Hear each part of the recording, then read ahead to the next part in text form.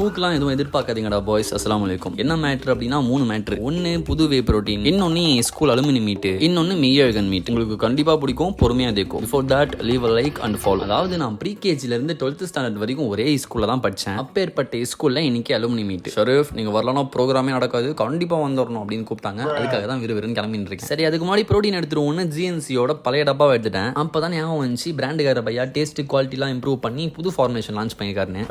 நாளைக்கு எல்லாம் ஏத்துக்கு வந்துடா, இனிமே எல்லாம் நான் தான். அதுல ஒரு ஸ்கூப் போட்டு குலுக்கி குடிச்சிட்டேன். நீங்களும் குடிங்க, தெம்பாருங்க. அப்புறமேட்டுக்கா காலேஜ் வந்தாரு. போற வழியில தாரிக்கும் ஒட்டினா இவங்க 2 பேரும் ஸ்கூலோட அலுமினியம் தான். எல்லாம் சேர்ந்து ஸ்கூலோட என்ட்ரன்ஸ்க்கு போயிட்டோம். இடையில ஷாகுலும் ஜாயின் பண்ணினா மொத்த அலுமினியம் எண்ணிக்கை 4. இந்த காலேஜ் ஏற்கனவே போன மீட்டுக்கு வந்திருப்பாரு போல. மைக்லாம் கொடுத்து செல்ஃபி இன்ட்ரோ கேட்பாங்கன்னதும் தாரிக்கு வரமாட்டேன்னு வெளியவே ஒண்ணுக்கு போயிட்டான். அவன் எப்படியோ கன்வின்ஸ் பண்ணி உள்ள எடுத்துன்னு போயிட்டான். கொஞ்ச நேரம் அந்த ரெஜிஸ்ட்ரேஷன் ப்ராசஸ்லாம் போச்சு, டீடைல்ஸ்லாம் வாங்கி தான் உள்ளே விட்டாங்க. ஒரு வழியா போய் உட்காந்தோம். சொற்பொழிவுலாம் நடந்துட்டு இருந்துச்சு. இந்த காலேஜ் பெருசு, அவங்க பெருசுங்க கேங்கோட ஒண்ணு கூட்டிட்டாரு. நாங்க 3 பேர் தான் ஒண்ணா இருந்தோம். அப்புறம் கொஞ்ச நேரம் கழிச்சு ஷாகுலோட அச்சீவ்மெண்ட்டை பாராட்டி அவனுக்கு மரியாதைலாம் வேற செஞ்சாங்க. ஆனா என்ன அச்சீவ் பண்ணான்னு தெரியல. கேட்டா உசுன்றான். அவனுக்கு மொமெண்டம் கொடுத்தாங்க, எங்களுக்கு வாட்டர் பாட்டில் கொடுத்தாங்க. அதை வச்சு வித்தை எல்லாம் காட்டிட்டு கொஞ்ச நேரம் கடற்கண்ணியோட வீடியோ எடுத்துன்னு இருந்தேன்.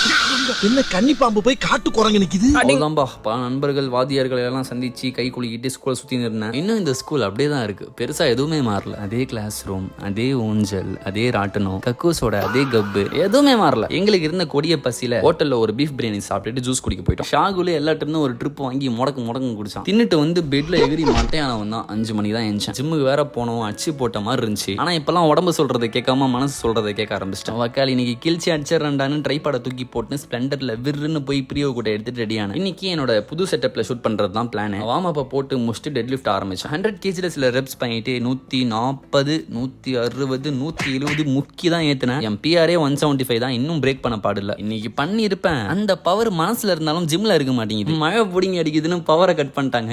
ரொம்ப நேரம் அப்படியே வெயிட் பண்ணிட்டு வேடிக்கை பார்த்துனே இருந்தா மழை நின்ன பாடே இல்லை. சரிதான்னு வர வழியில பாக்கி தொழுகைகள்லாம் முடிச்சுட்டு அப்படியே வீட்டுக்கு வந்துட்டேன். இப்போ இவ்வளோ தூரம் அந்த vlog பார்த்துருந்தீங்கன்னா அடுத்த எபிசோட்கான இன்ட்ரோவா இப்பவே தரேன். என்னோட பொருட்கள் கொஞ்சம் துணிமணிலாம் எடுத்துன்னு பஸ் ஸ்டாப்க்கு போய் மணலூர்பேட்டைக்கு பஸ் ஏறி திங்கு நடந்து போய் அவன் வீட்டுக்கு கதவு மாடி போய் நின்னேன். கதவை தரடா மெய்யழகா.